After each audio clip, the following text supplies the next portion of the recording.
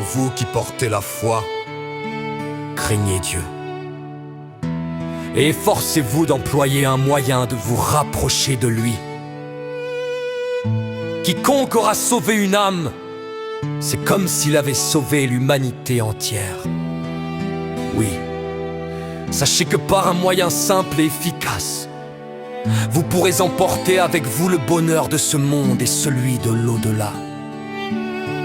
Penchez-vous donc vers votre prochain et dites-lui avec amour tout ce qui vous semblera bon, car le bon est l'ennemi du mauvais. Il vous pèse, certes, que votre auditoire ne comprenne point vos propos, qui plus est, lorsque vous tentez, comme nos maîtres d'antan, de leur enseigner la voie des anciens, et eux ne parlaient qu'en paraboles. Ils se détournent, certes, mais peut-être qu'un jour vous les verrez revenir en pleurant à Dieu, et ce jour-là, vous aussi, vous pleurerez d'avoir été si impatient.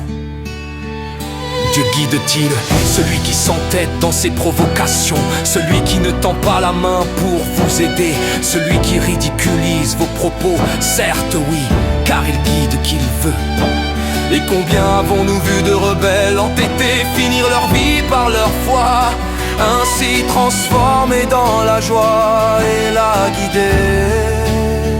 Un arbre né d'une graine pousse et grandit au fil des ans, et c'est ainsi que la foi grandit dans le cœur. D'une simple graine, elle devient un arbre resplendissant, et d'un simple atome, elle devient tout un univers. Plantez donc dans le cœur de vos proches la graine qui deviendra, par le bon vouloir de Dieu, un arbre aux ramifications infinies. Mais à quand la guider? Et à quand le repentir sincère? L'indifférence des négateurs te pèse tellement que si tu pouvais, tu creuserais une galerie dans le sol, où tu dresserais une échelle vers le ciel pour leur en rapporter un miracle or. Si Dieu l'avait voulu, il les aurait tous réunis et guidés dans la bonne voie. Ne sois donc pas du nombre des ignorants. Ce qualificatif d'ignorance, nous le portons tous. Nous ne jugeons plus avec nos cœurs, mais avec nos têtes. Et Dieu ne plonge-t-il pas les infidèles en enfer, la tête la première? Pensez donc avec vos cœurs, vous ne serez point ignorants, mais plutôt emplis d'une sagesse qui vous rendra agréable à l'œil du plus récalcitrant. Appelle à la voix de ton Seigneur avec sagesse et persuasion. Sois modéré dans tes propos à leur rencontre. C'est ton Seigneur qui a connaissance de celui qui se perd, comme il a connaissance de celui qui bien se guide. Ce n'est pas à toi qu'il incombe de guider les hommes vers une voie droite, c'est Dieu qui guide qui il veut.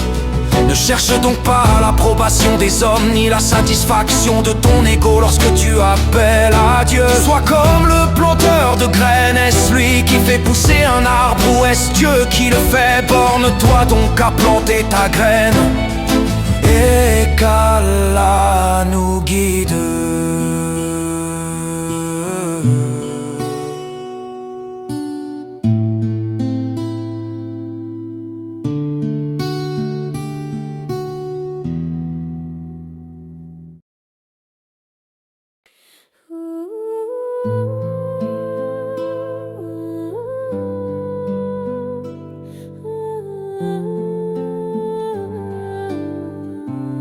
Au nom d'Allah, le tout miséricordieux, le très miséricordieux. Les Bédouins ont dit: nous avons la foi, dit. Vous n'avez pas encore la foi, dites plutôt. Nous nous sommes simplement soumis, car la foi n'a pas encore pénétré dans vos cœurs. Et si vous obéissez à Dieu et à son messager, il ne vous fera rien perdre de vos œuvres. Dieu est pardonneur et miséricordieux.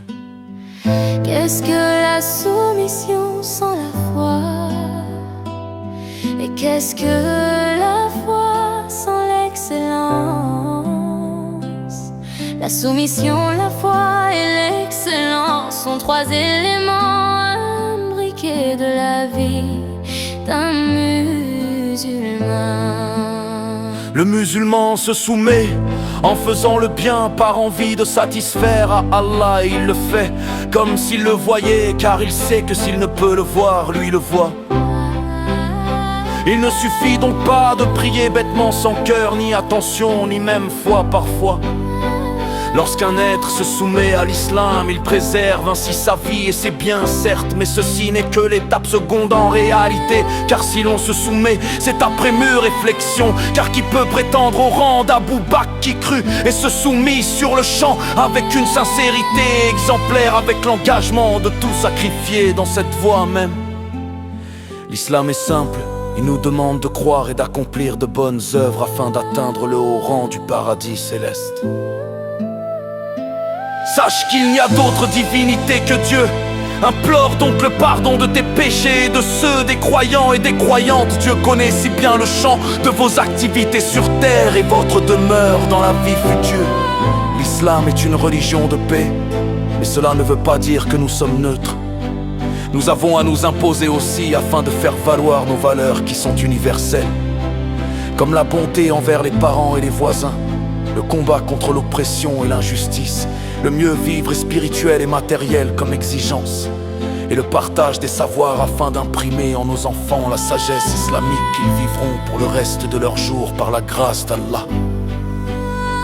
Car oui, il faut être musulman, mais aussi finir ainsi. Le prophète, paix sur lui, disait que les actes les plus importants sont ceux qui viennent clôturer nos vies. Il a aussi dit que d'un acte, d'un seul, notre destin est déterminé, soit pour l'enfer, soit pour le paradis. En effet, un homme peut accomplir les actes des gens du paradis et mourir sur un acte des gens de l'enfer et y tomber et vice versa.